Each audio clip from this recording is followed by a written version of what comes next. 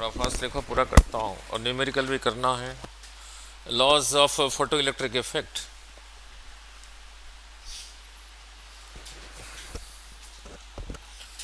और कल जो समझाया था यही रहा, मेटल की सरफेस से निकलना इलेक्ट्रॉन को, यहाँ से नहीं। लाइट फॉल कर रहा था, नहीं, एनर्जी कितना था, E is equal to H new.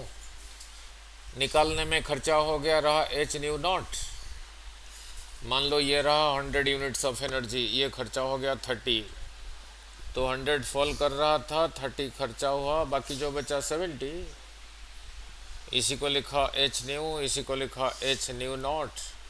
इसी की वजह से चलने लगा इधर को हाफ एम वी स्क्वायर। अब लिख रहा हूँ laws of photo electric effect. ना लिख, इसी मेटल से इलेक्ट्रॉन निकालने के लिए, इसी मेटल से इलेक्ट्रॉन निकालने के लिए जो लाइट है, इसी मेटल से इलेक्ट्रॉन निकालने के लिए जो फ्रीक्वेंसी चाहिए, सपोज है 500 हर्ट्ज। अब इसी लाइट में अगर यही फ्रीक्वेंसी है तब निकलेगा।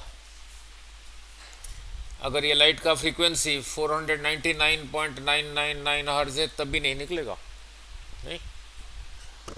चाहे इसको ब्लास्ट फर्नेस में डाल दो तब भी नहीं सरफेस से निकलेगा। It is a frequency dependent phenomena. इसी में से इलेक्ट्रॉन निकालने के लिए जो फ्रीक्वेंसी इसको चाहिए वही इसमें होना चाहिए।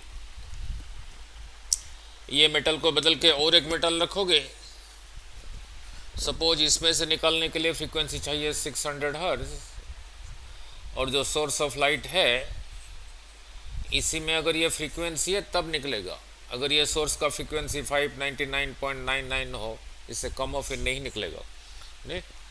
सो लिखो laws of photo electric effects. Number 1, first, for a given metal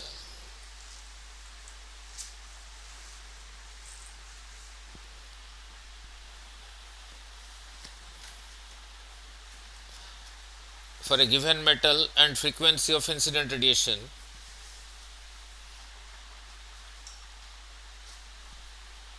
करके नीचे लिखो number of photo electrons emitted per second, number of photo electrons emitted per second proportional to is proportional to intensity of incident radiation, is proportional to intensity of intensity of incident radiation. Number of photoelectrons emitted per second is proportional to intensity of incident radiation. Meaning क्या है? Meaning क्या है? Meaning क्या है? कल जो graph बनाया था, इधर को था इंटेंसिटी, इधर को था करंट, नहीं? ग्राफ ऐसे ही था। ये ग्राफ बनाने से पहले ये डायग्राम भी समझाया था। यही रहा कैथोड, लाइट आके यहीं पे फॉल हो रहा है। सपोज सोर्स ऑफ लाइट यहाँ पर है, जितना इलेक्ट्रॉन निकल रहा है यहीं पे पहुंच के इसी के थ्रू जा रहे थे। यहाँ पे एक इंस्ट्रूमेंट लगा हुआ था, माइक्रोमीटर, करंट होता था। मान लो अभी इसी के थ्रू जा रहा है 1 मिली एम्पियर करंट, तो जितने इलेक्ट्रॉन यहीं पे पहुंच रहे हैं, हर इलेक्ट्रॉन का चार्ज है। जब सोर्स यहाँ पर है, सपोज यहीं पे पहुंच रहा है 4 इलेक्ट्रॉन्स, सपोज, तो 1 इलेक्ट्रॉन का चार्ज रहा ये, चार्ज का रहा ये, तो यही रहा चार्ज बाई टाइम, यही था करंट। अब इसी को यहाँ ना रख के यहाँ ले आए, ये डिस्टेंस कम हो गया, डिस्टेंस कम हो गया। अब देखा इसमें करंट इंक्रीज हो गया। पहले 4 पहुंचते थे यहाँ पे, सपोज अभी 20 पहुंच रहे हैं, तो चार्ज होगा 20 × यही रहा करंट। तो इसी को यहाँ से यहाँ लाने में क्या चेंज हुआ, इंटेंसिटी। तो इसलिए लिखा हूँ इंटेंसिटी इंक्रीज करने से क्या हुआ, करंट इंक्रीज हुआ। करंट कैसे इंक्रीज हुआ ना, नंबर ऑफ इलेक्ट्रॉन्स जो यहाँ पे पहले 4 पहुँच रहा था अभी 20 पहुँच रहा है, नहीं। So number of electrons reaching the anode पर सेकेंड इंक्रीजेस, वही लिखा हूँ, ठीक है, clear. Now next right second law.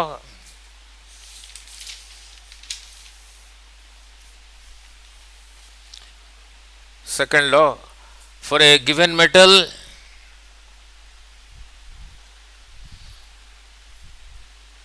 there exists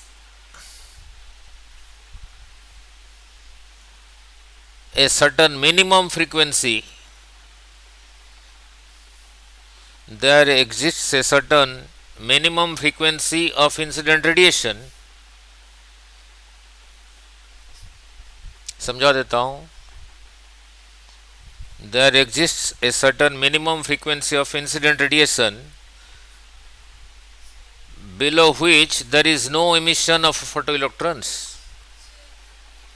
दोबारा बोल रहा हूँ, for a given metal there exists a certain minimum frequency of incident radiation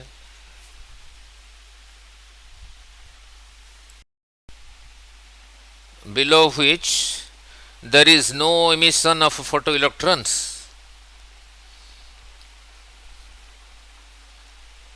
There is no emission of photoelectrons. लिखा नहीं, दोबारा बोलूं, for a given metal there exists a certain minimum frequency of incident radiation below which there is no emission of photoelectrons. This frequency is called threshold frequency. This frequency is called threshold frequency. नहीं ना, जो अभी समझाया था शुरू से। Now यही रहा कोई मेटल सरफेस, इसी की सरफेस से इलेक्ट्रॉन निकालने के लिए सपोज फ्रीक्वेंसी चाहिए 500 है, सपोज। अगर ये सोर्स ऑफ लाइट से यही फ्रीक्वेंसी आ रहा है, ये नहीं तो इससे ज़्यादा, तभी निकलेगा। इससे कम आ रहा है 499.99 हर्ट्ज, ये जो लाइट सोर्स है उसके साथ यही फ्रीक्वेंसी एसोसिएटेड है, और इसमें से मिनिमम निकालने के लिए ये चाहिए।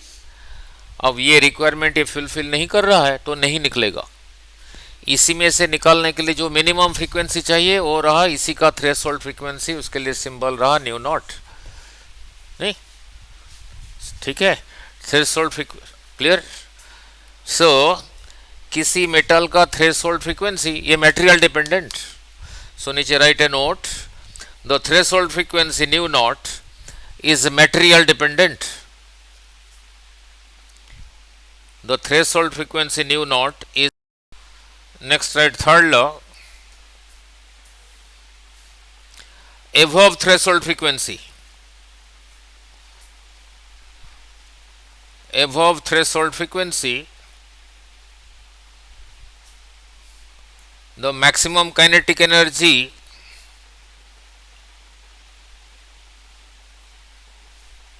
of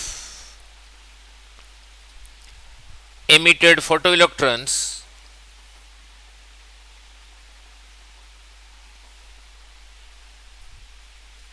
is independent of intensity, is independent of intensity but depends on frequency of incident radiation. Very tricky है समझाना, समझा देता हूँ, दोबारा बोल रहा हूँ। above threshold frequency the maximum kinetic energy of emitted photoelectrons is independent of intensity but depends on frequency of incident radiation.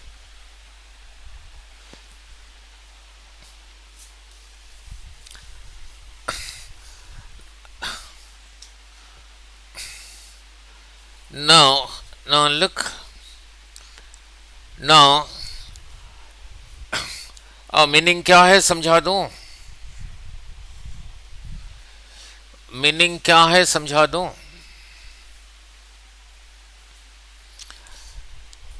इसी के सरफेस से इलेक्ट्रॉन निकालने के लिए, इसी के सरफेस से जो मिनिमम फ्रीक्वेंसी है, सपोज यही है 500 हर्ट्ज, और ये सोर्स ऑफ लाइट जो है इसी का फ्रीक्वेंसी मान लो अभी 600 हर्ट्ज है, आके पड़ रहा है, तो इलेक्ट्रॉन निकलेगा, निकलेगा, क्योंकि इससे ज़्यादा है नहीं ना। लुक, अब आगे क्या कहा है, सपोज इसी के साथ जो एनर्जी एसोसिएटेड है और यहाँ फॉल हो रहा है, वो सपोज 100 यूनिट्स ऑफ एनर्जी है। इसी में से निकालने के लिए जो चाहिए 30 चाहिए एनर्जी। अब कितना बचा, 70 नहीं। इसी का थ्रेशोल्ड फ्रीक्वेंसी 500 है, 600 पड़ रहा है, तो निकलेगा। अब 600 के साथ जो एनर्जी एसोसिएटेड था, सपोज समझाने के लिए कहा 100, अब मैं कहा 600 नहीं आ रहा है, यहां से जो फ्रीक्वेंसी आ रहा है इस लाइट का, सपोज मैंने कहा 700 आ रहा है। 600 के साथ जो एनर्जी था एच न्यू, उसको 100 कहा, एच तो कांस्टेंट है, तो 700 हर्ट्ज के साथ, ये पहले 600 था, इसके साथ जो एनर्जी है, समझाने के लिए कहा 100, अगर 700 गिर रहा है तो ये 100 होगा या 100 से ज्यादा होगा, 100 से ज्यादा होगा। इस न्यू के जो साथ जो एनर्जी है एच न्यू, उसको 100 कह दिया समझाने के लिए, तो 700 के साथ जो होगा न्यू ज्यादा हो गया। पहले एच इंटू 600 जो होता था, अभी एच इंटू 700 ज्यादा ही होगा, मीन्स ये ज्यादा ही होगा।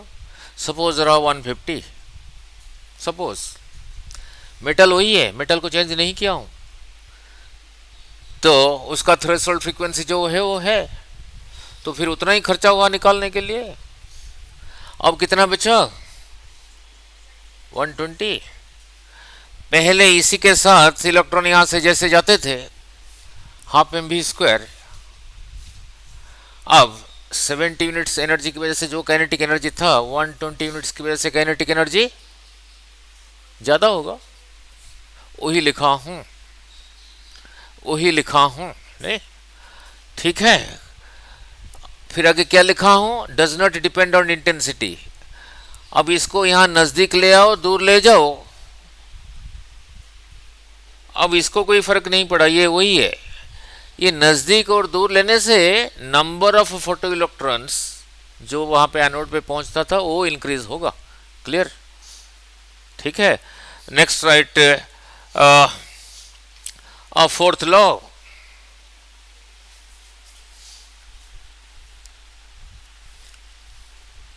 मीनिंग क्लियर हुआ, ये चीज ट्रिकी है। इसी में से निकालने के लिए जो फ्रीक्वेंसी चाहिए, सपोज 500 है, तो 500 रहा इसी का थ्रेशोल्ड फ्रीक्वेंसी, इसी मेटल फॉल हो रहा है 600, तो निकलेगा। 600 के साथ जो एनर्जी एसोसिएटेड है उसको कहा एच न्यू, उसको 100 कह दिया, 100 नहीं होगा, समझाने के लिए आसान होगा। 100 रुपीज, 30 रुपीज प्लस 70, अब 30 खर्चा हो गया, एच न्यू नॉट इतना खर्चा हुआ, बाकी 70 बचा, इसी के साथ आगे चला काइनेटिक एनर्जी। अब एबव थ्रेशोल्ड फ्रीक्वेंसी, अब 600 नहीं आ रहा है, 700 आ रहा है। 600 की वजह से एच न्यू 100 था, अभी 700 की वजह से एच न्यू इससे ज़्यादा ही होगा, सपोज 150 है, सपोज ये तो उतना ही खर्चा हुआ, 30 मेटल वही है, तो 120 बचा।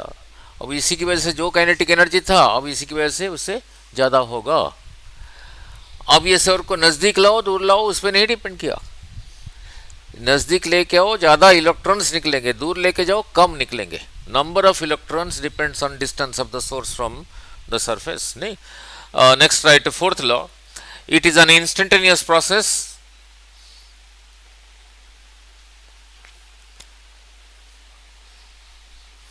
एक बारी नीट में था, कितना इंस्टेंटेनियस, लुक, लाइट फॉल हुआ, साथ के साथ नहीं निकला, इतने सेकंड्स के बाद निकला, 10⁻⁹ सेकंड्स के बाद। ये हमारे लिए बहुत कम टाइम है, नहीं, इतने सेकंड्स के बाद। सो नीचे लिखो टाइम लैग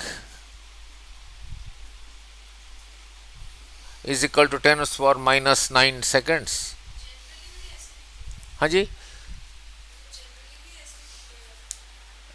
नीट में ऐसे ही था, पूछा था, चॉइसेस पूछा था।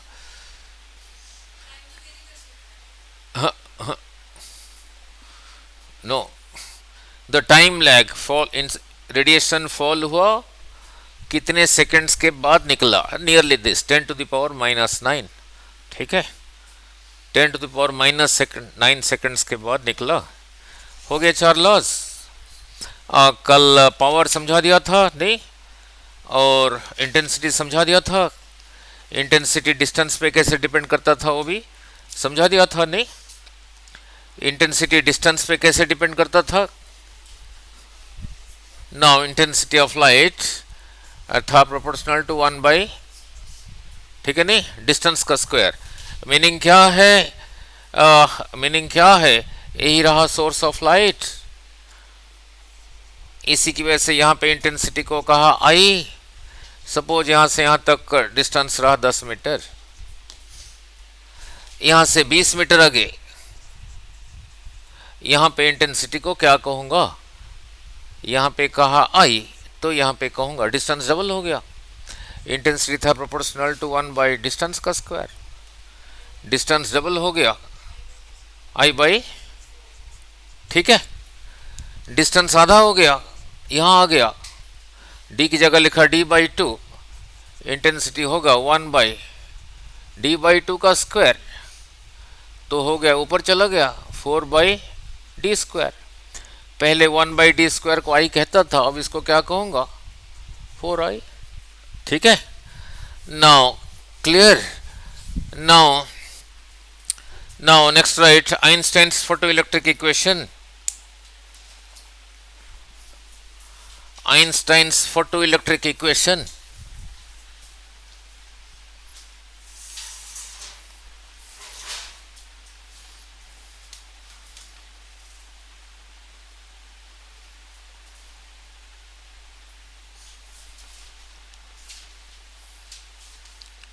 Einstein's photoelectric equation.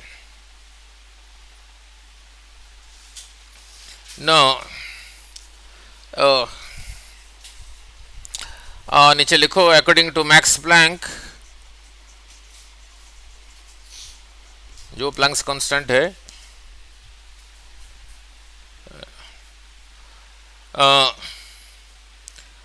Light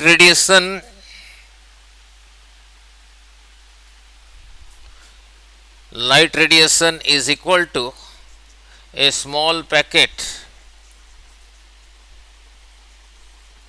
of energy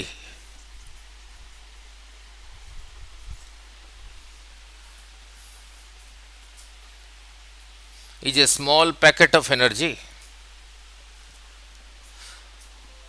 That small packet of energy को कहते हैं, that small packet of energy is called quanta, QUANTA। और ये नहीं पूछना, ये तो इसे समझाने के लिए लिखवा रहा हूँ, ठीक है। नाउ सो नीचे लिखो 1 quantum of light, 1 quantum of light को कहते हैं फोटोन।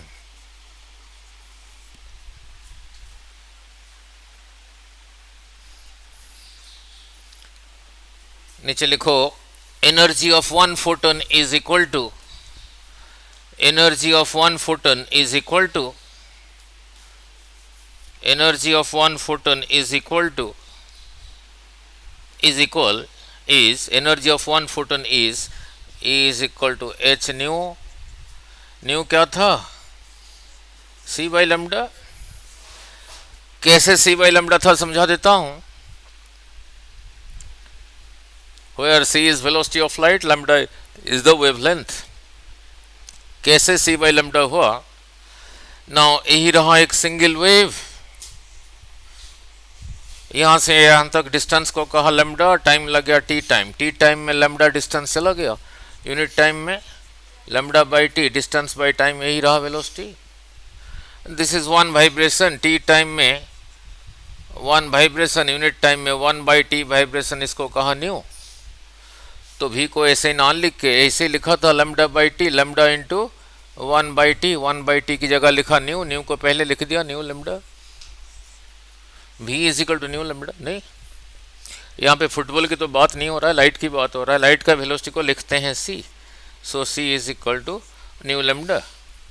तो इसी में से nu is equal to C by lambda, तो न्यू की जगह लिख दिया C by lambda, where C is the velocity of light. नहीं, C is the velocity of light, लिख लिया। नाउ नाउ लुक, फिर नीचे लिख दो सी का वैल्यू कितना है, C is equal to 3 into 10⁸ metre per second. कम है ज़्यादा है? बहुत ज़्यादा है। नहीं, बहुत ज़्यादा है। इसी स्पीड से जाओगे अर्थ के अराउंड 1 सेकेंड में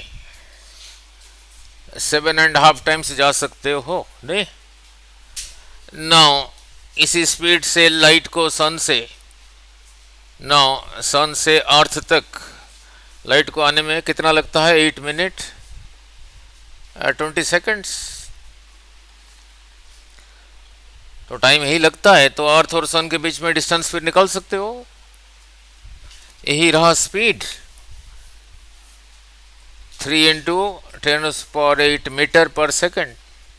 1 मिनट में रहा ये, 1 मिनट 60 मिनट में रहा ये, 1 आवर में हो गया, 1 आवर इंटू 24 1 दिन में हो गया।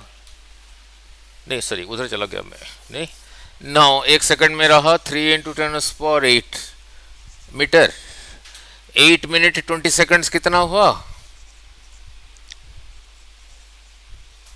500 सेकंड्स। तो 500 सेकंड्स में कितना जाएगा इंटू इतना, इतना मीटर, किलोमीटर में करना है, यही रहा। सो इतना किलोमीटर रहा अर्थ और सन का डिस्टेंस, अराउंड 15 करोड़ किलोमीटर के आसपास आएगा। नहीं, ठीक है। 100 की स्पीड से गाड़ी चलाओ, कितने दिन लगेंगे सन पे पहुंचने के लिए? तो डिवाइड कर देना, 150 साल से ज़्यादा लग जाएंगे। चलो उधर नहीं जाते, यहीं पे रहते हैं। Now next next draw a diagram like this. Next draw a diagram like this. यही रहा इंसिडेंट रेडिएशन।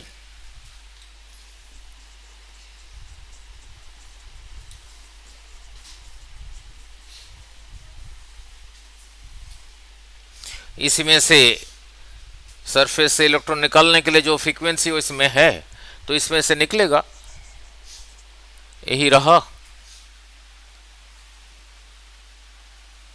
इलेक्ट्रॉन। उस इलेक्ट्रॉन का नाम है फोटो इलेक्ट्रॉन। ऐसे क्यों कहा फोटो इलेक्ट्रॉन? नहीं, जो फोटो का मीनिंग है वही है। नहीं, no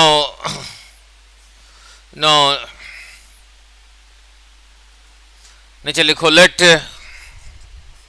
h nu is equal to energy of the photon striking the metal of the photon, ये जो light striking the metal,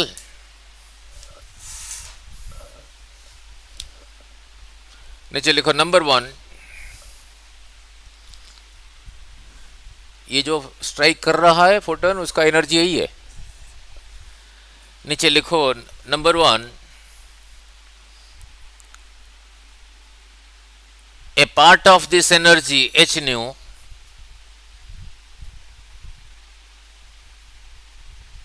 a part of this energy h nu is used, इसका थोड़ा सा पार्ट यूज हुआ, a part of this energy h nu is used to liberate the electron from the surface, surface से free करने के लिए।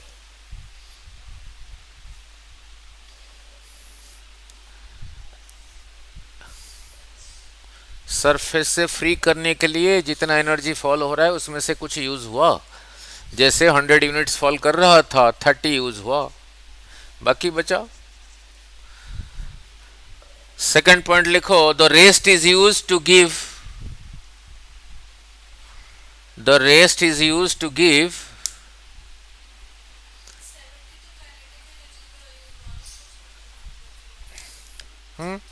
70 kinetic energy, वही रहा rest.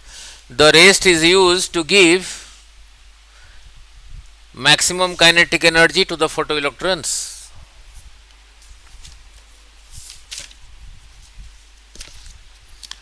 Maximum kinetic energy to the photo electrons.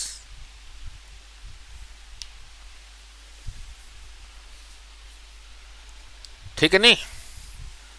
So energy is equal to energy plus energy.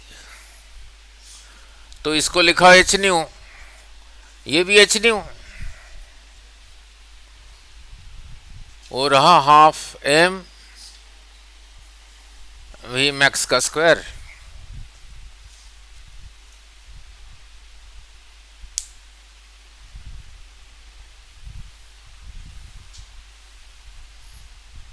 ठीक है।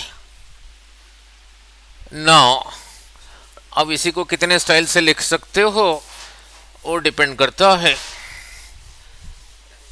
So H new रहा, इतना रहा, स्ट्राइक हो रहा है, इतना खर्चा हुआ, बाकी रहा हाफ एम भी मैक्स का स्क्वायर। इसी को कई बार ऐसे ना लिख के इसके लिए एक सिंबल यूज कर देते हैं फाई नॉट, और इसी को कहते हैं वर्क फंक्शन।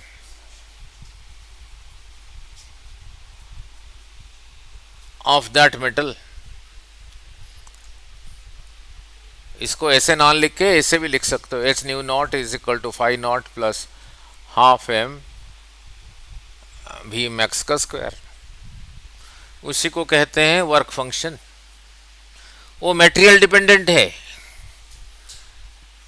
क्योंकि सभी के लिए थ्रेशोल्ड फ्रीक्वेंसी अलग है।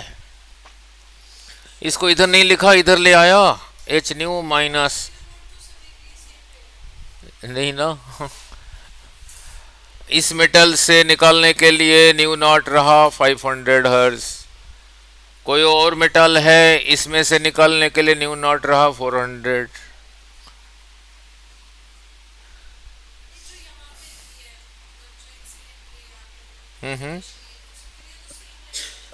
हाँ, यहाँ पे अभी जो भी कर रहा हूँ एक ही मेटल के लिए कर रहा हूँ। हाँ हाँ, उसके लिए उतना ही है जितना है। नहीं, मेटल बदल दिया फिर इसका वैल्यू बदल गया नहीं। So is equal to half M V max का स्क्वायर। अब ये भी थोड़ी देर पहले समझाया था, डिराइव किया था, v is equal to nu lambda. अभी डिराइव किया था c is equal to nu lambda, तो nu is equal to c by lambda. तो इसको ऐसे लिख सकता हूं, न्यू की जगह लिखा c बाई लेमडा, इसकी जगह लिखा क्या लिखूंगा, c by lambda not half M V max का स्क्वायर।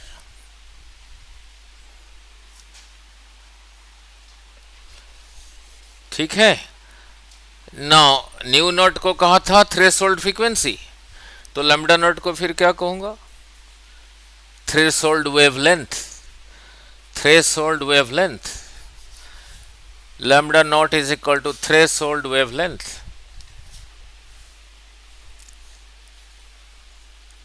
अब इसी में से एच सी कॉमन ले लिया, क्या रहा 1 by lambda minus 1 by lambda not is equal to half M V max का स्क्वायर। है वही चीज, उसको जितने स्टाइल से लिख सकते हो, नहीं जितने स्टाइल से लिख सकते हो, नहीं ठीक है। क्लियर, उसको जितने स्टाइल से लिख सकते हो, नहीं हो गया। लिख लिया? क्लियर? नो, ऐसे नहीं लिखा। यही पूरा रहा काइनेटिक एनर्जी, मैक्सिमम और मिनिमम। इसी को ऐसा ना लिख के लिख दिया, इतने को लिख दिया के maximum. Kinetic energy maximum kinetic energy, तो इसको इधर ले आया, H nu minus H nu not, ऐसे भी लिख सकते हो, मर्जी है। सी की जगह, न्यू की जगह लिखा सी बाई लेमडा, अभी इसकी जगह लिखा था सी बाई लेमडा नॉट, तो एच सी कॉमन लेके 1 by lambda minus 1 by lambda not, ऐसे भी लिख सकते हो, ऐसे भी लिख सकते हो। ठीक है, क्लियर?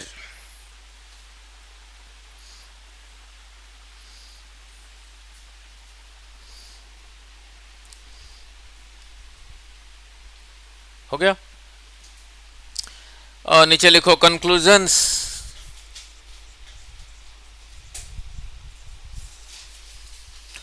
कंक्लूजन्स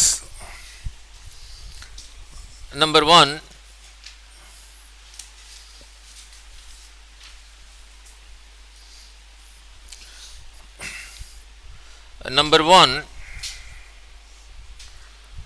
एक फोटोन फॉलो हो रहा है,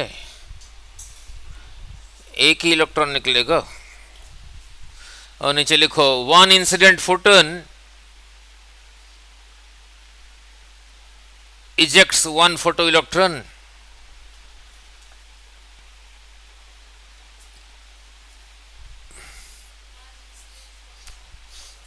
One incident photon ejects 1 photo electron. अगर वो कंडीशन मेंटेन हो रहा है, वो जरूरी है, इसी में से निकालने के लिए जो फ्रीक्वेंसी चाहिए वो इसमें है, तभी निकलेगा, नहीं तो नहीं ना। अब ये भी समझाया था, वो जो ग्राफ था, इंटेंसिटी इंक्रीजेस तो करंट इंक्रीज होता था, means number of electrons emitted per second was increasing.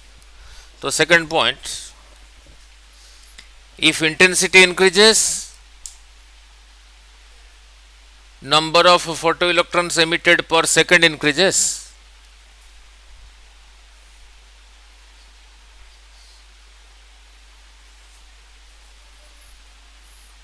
Number of photoelectrons emitted per second increases. जो भी थोड़ी देर पहले कहा था 4 निकलता था, नजदीक ले आया और ज्यादा निकलने लगे, नहीं ना। लुक, अब रहा इंटरेस्टिंग, नीचे लिखो if nu is less than nu not, if new, अब रहा interesting important point two understand, अगर ये इससे कम है, अगर ये इससे कम है, अब इसी को देखो, इसी को इधर ले आया, H nu minus H nu not, उधर रहा हाफ एम वी मैक्स का स्क्वायर, ये काइनेटिक एनर्जी है, half is positive, M is positive, velocity चाहे इधर को जा रहा है चाहे इधर को जा रहा है, इधर को कहोगे पॉजिटिव, इधर को नेगेटिव, उसको स्क्वायर करोगे positive, this kinetic energy is a positive thing, kinetic energy is always positive. मैंने कहा new is less than new, ये इससे कम है, तो फिर ये इससे कम है, ये इससे कम है, मान लो ये 30 है, ये 70 है, तो दिस माइनस दिस नेगेटिव हो गया, दिस माइनस दिस क्या है, काइनेटिक एनर्जी, जो कि पॉजिटिव होना चाहिए, तो फिर ये इससे कम कभी नहीं होगा, means no photo electric effect. Meaning clear हुआ? If nu is less than nu not, then this minus this is negative, तो kinetic energy is equal to negative, which is not possible, therefore no photoelectric effect. So जो incident frequency है threshold frequency से ज़्यादा होना चाहिए, तब photo electric effect होगा। सो nu is not less than nu not. जो इंसिडेंट फ्रीक्वेंसी है उसका थ्रेशोल्ड फ्रीक्वेंसी से ज़्यादा होना चाहिए तब होगा, नहीं? क्लियर? अब काइनेटिक एनर्जी किसके ऊपर डिपेंड करता है? वो भी इसी से निकलेगा, वो भी इसी से निकलेगा, वो भी इसी से निकलेगा, नहीं? वो सोर्स ऑफ लाइट को नज़दीक लाने से यही था मेटल सरफेस, यहीं पे आके गिर रहा है। जो इंटेंसिटी है वो है लाइट का, इसी को जब नज़दीक ले आओगे इंटेंसिटी ज़्यादा हुआ था। इंटेंसिटी ज़्यादा होने से क्या ज़्यादा निकला था? नंबर ऑफ फोटो इलेक्ट्रॉन्स पर सेकेंड, तभी करंट ज़्यादा हुआ था, नहीं? नाउ लुक, अब लिखो next observation third, if nu is greater than nu not,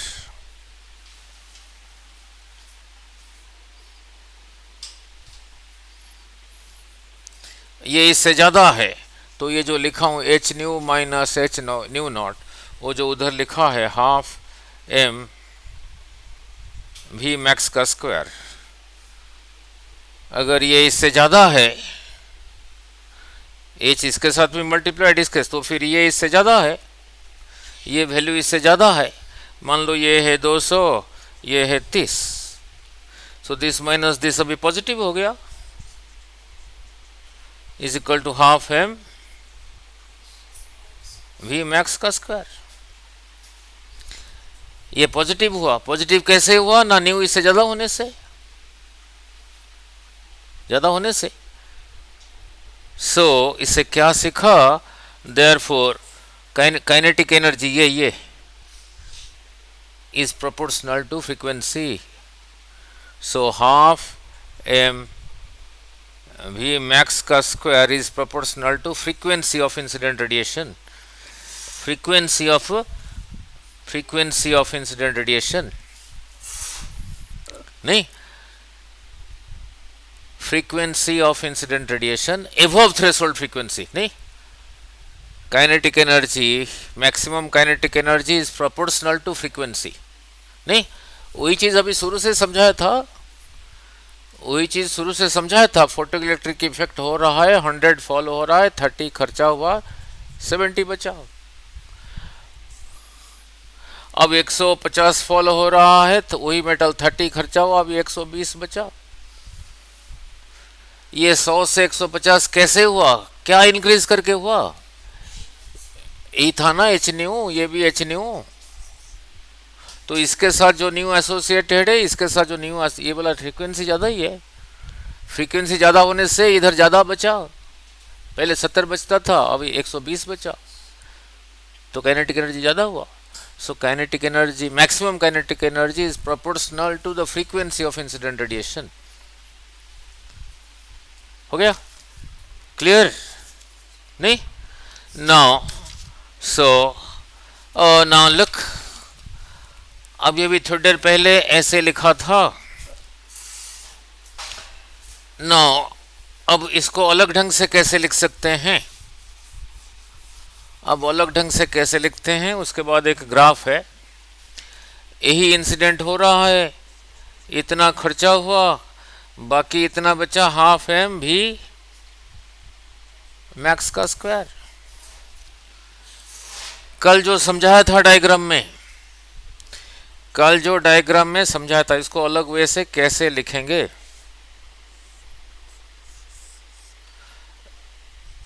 इधर से जा रहा है निकल के ना, उधर को जा रहे हैं, इसी के साथ जा रहे हैं। इधर इसी को नेगेटिव पोटेंशियल दूंगा, पोटेंशियल इनटू ई था एनर्जी, ये रोक दिया उनको, मीन्स इसको जीरो कर दिया, तभी नहीं जा पाए। Therefore half M V maximum का square is equal to E into V. इसी भी को कल कहा नहीं था स्टॉपिंग पोटेंशियल। यहाँ पे जो negative potential with respect to cathode, ताकि इलेक्ट्रॉन यहाँ पे ना पहुँच पाए। मीन्स पहुँचेंगे तभी उनका काइनेटिक एनर्जी होगा। उनका काइनेटिक एनर्जी को ख़त्म करने के लिए यहाँ पे जितना नेगेटिव पोटेंशियल रहा, उस पोटेंशियल के साथ जितना एनर्जी एसोसिएटेड है, एनर्जी को एनर्जी के साथ इक्वेट करूँगा। ठीक है। Therefore half M V maximum का square is equal to E V not, where V not is equal to stopping potential,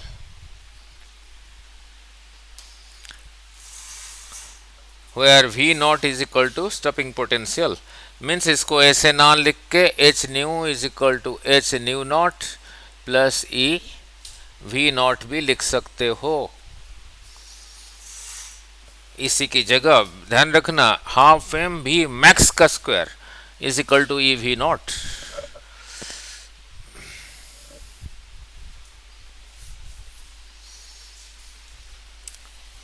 हो गया? ठीक है।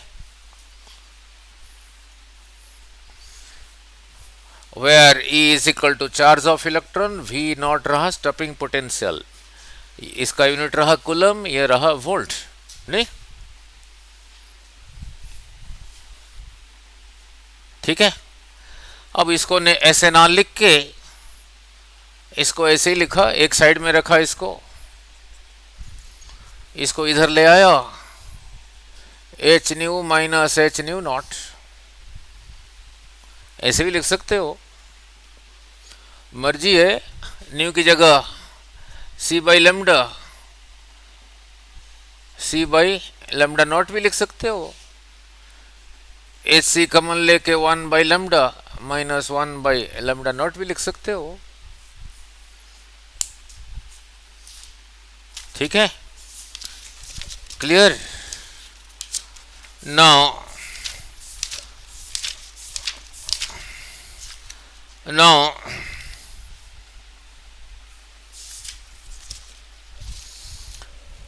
हाँ, एक न्यूमेरिकल करके बहुत बारी आया है, 5-6 बारी आया है, फिर आगे 2 लाइन रह गया, करता हूँ। क्लियर? नाउ नीचे लिखो numerical. A 200 watt sodium lamp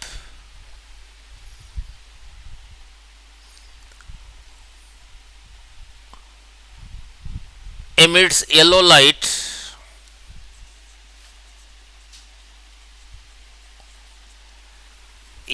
yellow light of wavelength 0.6 micrometer.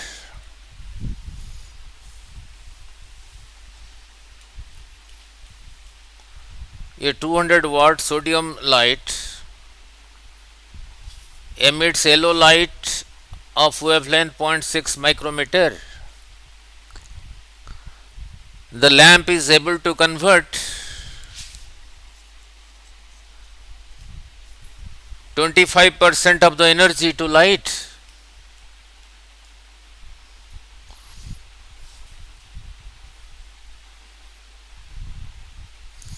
The lamp is able to convert 25% of the electrical energy to light. Find the number of photons. Find the number of photons of yellow light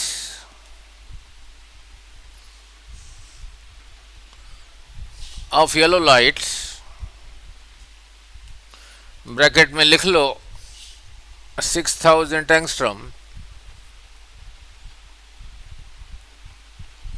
it emits per second.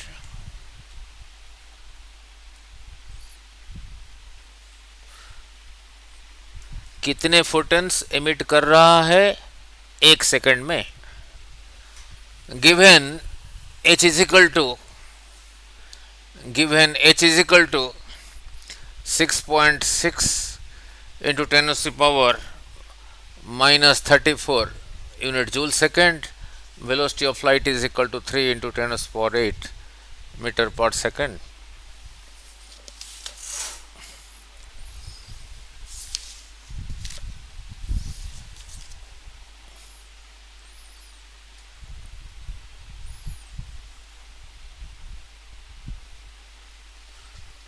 कल कराया था नहीं? लिख लिया question? एक ही line में कैसे लिखोगे? नाउ एक फोटोन के साथ एनर्जी कितना है? H new. एन फोटोन के साथ एन एच न्यू, यही रहा energy. Energy by time is equal to power, और क्या नहीं? Work done by time is power. But उसने लिखा है सिर्फ 25% कन्वर्ट होता है।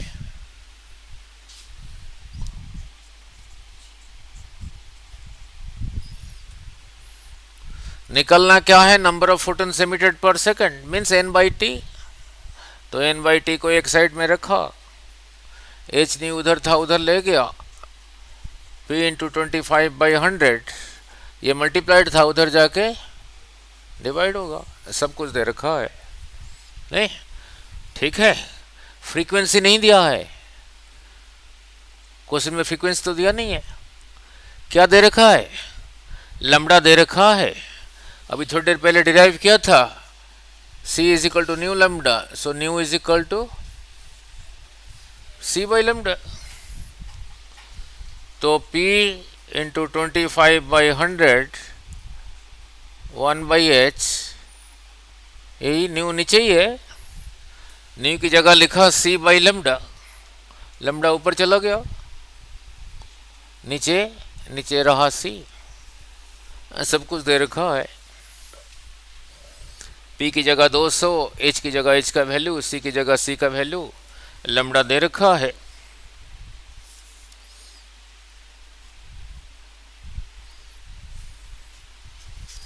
ठीक है, वैल्यू पुट करके आ जाता है 1.5 इंटू 10⁻20, 1.5 इंटू 10⁻20।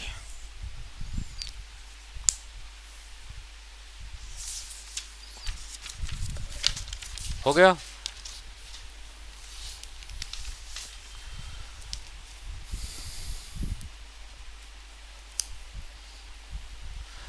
नेक्स्ट एक numerical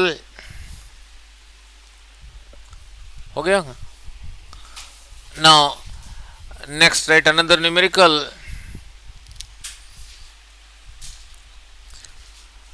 When light is incident on a metal surface, when light is incident on a metal surface,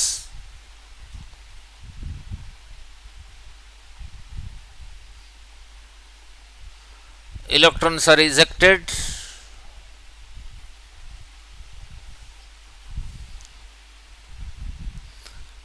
which are fully stopped, which are fully stopped means kinetic energy को खत्म कर दिया, which are fully stopped by a retarding potential of 3 volt.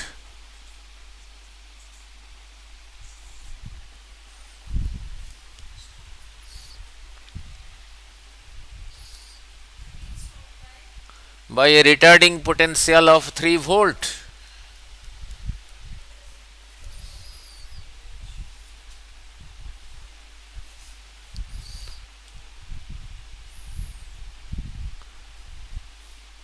आगे लिखो, the photoelectric effect begins in this metal,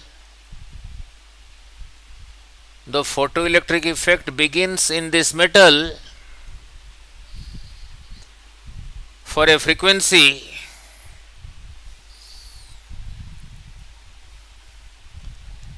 6 into 10 to the power 14 for a frequency 6 into 10 to the power 14 इस frequency के लिए। तो इसको फिर कौन सा फ्रीक्वेंसी कहूंगा? थ्रेशोल्ड फ्रीक्वेंसी न्यू नॉट, यही कहूंगा। Find the frequency of incident radiation means जो न्यू उसके ऊपर गिर रहा है। Find the frequency of incident radiation and work function.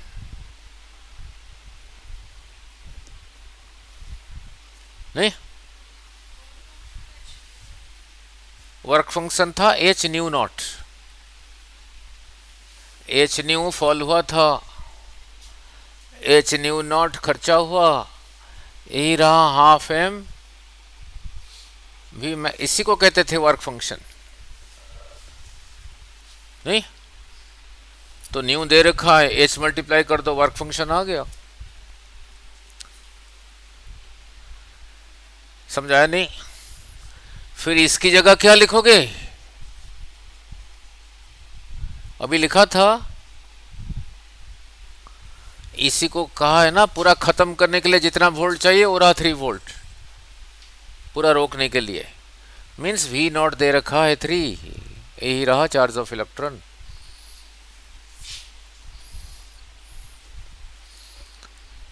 तो फिर एच न्यू नॉट कितना हो गया? यही है ना वर्क फंक्शन, जितना निकालने के लिए चाहिए उसके लिए सिंबल होता है ये। तो एच का वैल्यू लिख दो 6.6 इंटू 10⁻⁻34। न्यू नॉट दे रखा है 6 इंटू 10⁻14, 6 इंटू 10⁻14। ये एनर्जी था, तो ये भी एनर्जी है, तो जो होगा जूल्स,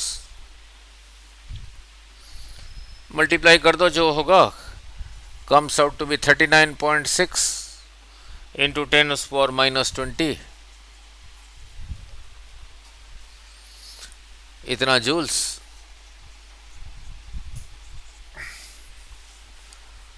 फिर और क्या निकालना है? ये न्यू निकालना है, इसका वैल्यू आ गया।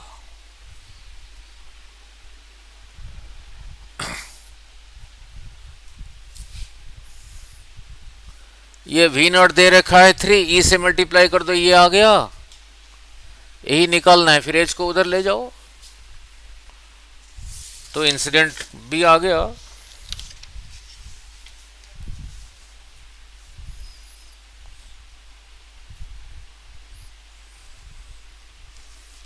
समझ आया नहीं?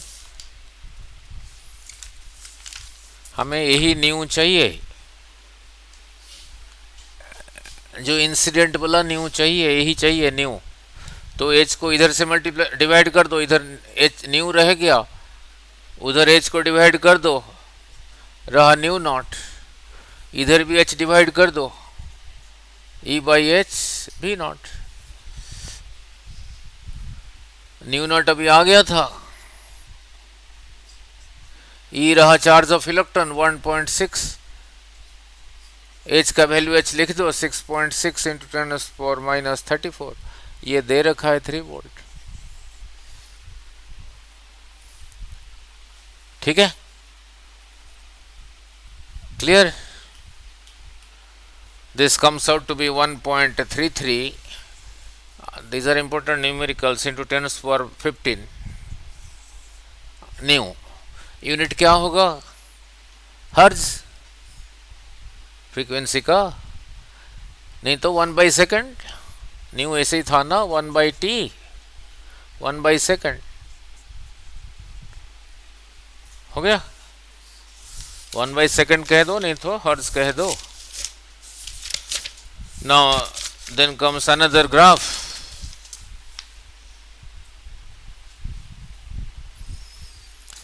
Important, very important.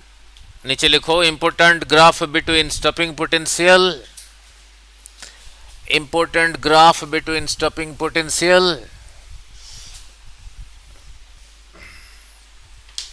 And frequency of incident radiation.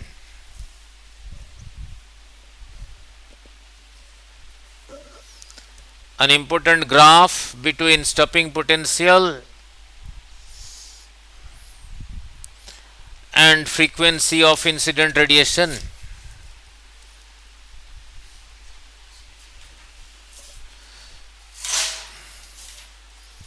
An important graph between stopping potential and frequency of incident radiation. Now look, now look, इससे पहले +1 में एक इक्वेशन है y is equal to mx plus सी। इसका ग्राफ कैसे होता है? यही रहा x एक्सिस, यही रहा y एक्सिस। किसी भी इक्वेशन में x और y का पावर अगर 1 है, graph will be straight line. ये ग्राफ ऐसे ही होता है। एम क्या है, सी क्या है, इसी line, this line is represented by this equation.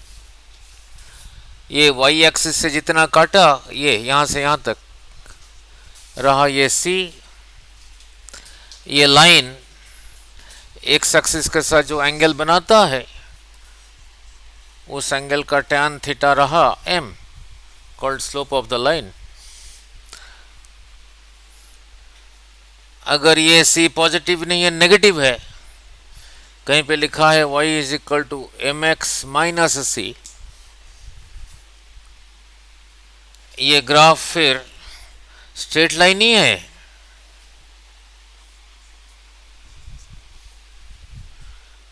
ठीक है। अब जो y एक्सिस से कट रहा है, पॉजिटिव y एक्सिस से नहीं, नेगेटिव y एक्सिस से, यहां से यहां तक रहा सी, यहां पे यहां से यहां तक था सी, और एक्स एक्सिस के साथ जो लाइन बनाता है उसका टैन थीटा रहा this m, mean slope of the line.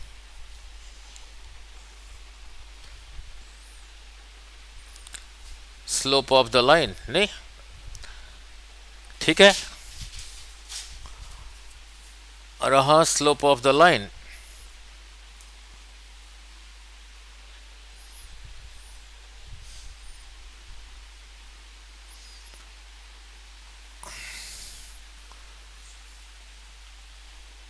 और यहां पे मैं अभी क्या लिखा हूं, important graph between stopping potential and frequency,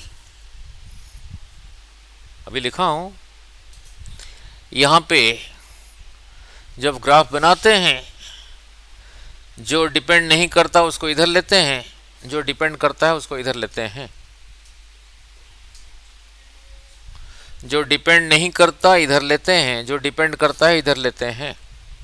नहीं, इसी एक्सिस को कहते हैं इंडिपेंडेंट वेरिएबल, ये रहा डिपेंडेंट वेरिएबल। नहीं ना, लुक, अब मैं लिखा हूं स्टॉपिंग पोटेंशियल और इसमें ग्राफ, यही लिखा हूं। अब थोड़ी देर पहले समझाया था, कल के वीडियो में भी समझाया था। लुक, 100 यूनिट्स फॉलो हो रहा है, 30 खर्चा हुआ, बाकी 70 बचा। 150 यूनिट्स फॉलो हो रहा है, मेटल वही है, 30 खर्चा हुआ, अभी कितना बचा, 120 बचा। इसको रोकने के लिए, इसको खत्म करने के लिए जो ई वी नॉट है, और इसको खत्म करने के लिए जो ई वी नॉट है, इसके साथ जो वी नॉट वो ज्यादा होगा या इसके साथ जो वी नॉट वो ज्यादा होगा? इसके साथ। नहीं, ये ज्यादा क्यों हुआ? ये ज्यादा होने से, ये ज्यादा कैसे हुआ था ना, फ्रीक्वेंसी ज्यादा करके। तो अगर फ्रीक्वेंसी ज्यादा हुआ तो स्टॉपिंग पोटेंशियल ज्यादा हुआ। तो फिर कौन किसके ऊपर डिपेंड कर रहा है?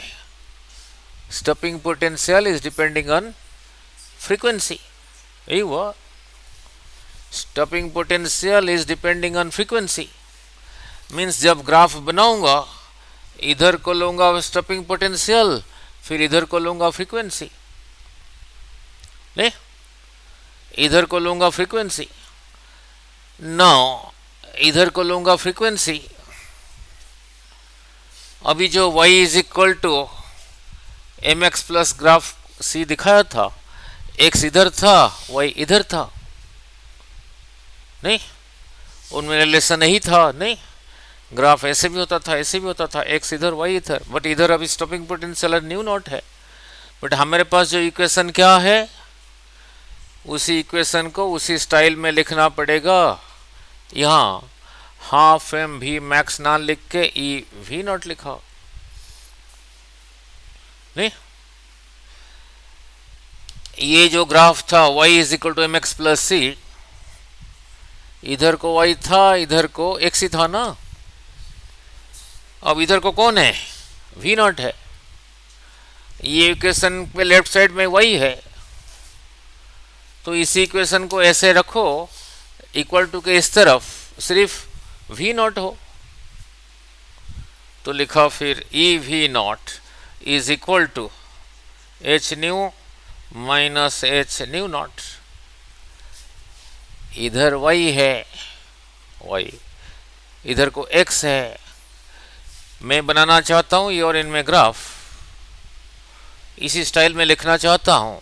इधर को y है, मैं इधर को v नॉट लिख चुका हूं, तो इसी इक्वेशन में v नॉट को इधर ही रखो, ये उधर को ले जाओ, h उसके नीचे डिवाइड हुआ, फिर h के नीचे ये डिवाइड हुआ, यही रहा। ठीक है, अब इसको सजा के लिखना भी फिजिक्स है। h by E into new. Now इसको लिखा h न्यू नॉट, ये क्या था? इसी को वर्क फंक्शन नहीं कहा था जो शुरू से लिखो इक्वेशन लिखा था, ये फॉलो हो रहा है, इतना खर्चा हुआ, इसी के लिए एक सिंबल यूज कर दिया था फाई नॉट, तो यही रहा फाई नॉट। अब इसी को इसी के साथ कंपेयर करो। y का जगह किसने ले लिया? v नॉट, तो ये ले आऊं v नॉट। x की जगह किसने लिया? x की जगह किसने लिया? न्यू। m की जगह किसने ले लिया? तो ये जो ग्राफ बनेगा उसका slope m is equal to h by E. c का जगह किसने लिया? Phi not by E. अभी थोड़ी देर पहले समझाया था, ये अगर नेगेटिव हो वो लाइन नीचे काटता था, फिर यहां से यहां तक रहा, यहां से यहां तक रहा क्या? फाई नॉट बाई ई, नहीं? और ये जो एंगल बनाता है उसी का टैन थीटा था ना m, और यहां m कितना आया? h by E. So slope of this line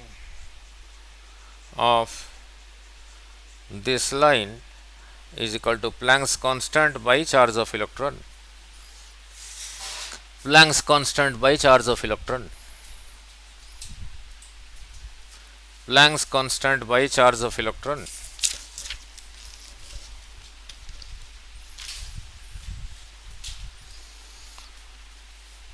ठीक है, हो गया।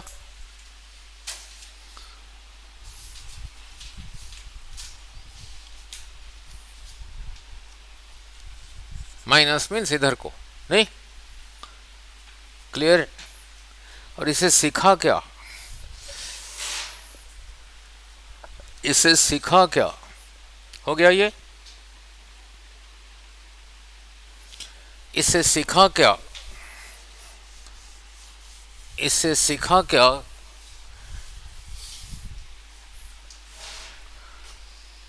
सेम ग्राफ,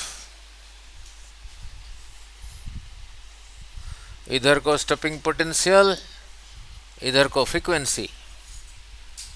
किसी मेटल के लिए ऐसा है, किसके लिए ऐसा है। मेटल ए, मेटल बी। तो मेटल ए के लिए यहां से यहां तक रहा, उसके लिए फाई नॉट बाई ई। यहां से यहां तक इस मेटल के लिए रहा, उसके लिए फाई नॉट बाई ई, नहीं? ये रहा ए के लिए, ये रहा बी के लिए। ये लाइन कहां टच कर रहा है? यहां। ये कहां टच कर रहा है? यहां।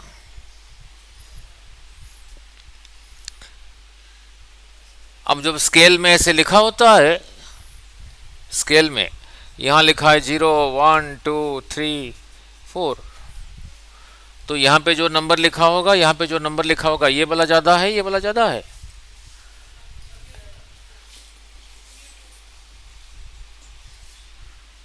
तो if the frequency is more, frequency of incident radiation is more, ये रहा मोर। बट एंगल सेम है, ये जो है वही है। tan theta is equal to h by e. So the conclusion is इसी में से बोलो किस मेटल से फोटो इलेक्ट्रिक इफेक्ट कराने के लिए कम फ्रीक्वेंसी चाहिए, ए से बी से, ए से बी से ज़्यादा चाहिए नहीं. सो हो गया. नो सो एक लाइन लिख लो बस. तो किसका वर्क फंक्शन ज़्यादा है फिर देख लो, बी का, ए का. यही था. इथों इतने तक ज़्यादा है, इथों इतने तक कम है. So work function of B is more than work function of A. अभी कहा नहीं था ज़्यादा फ्रीक्वेंसी हुआ नहीं. ठीक है, हो गया. अब रह गया केमिस्ट्री वाला de Broglie wavelength dual nature नहीं.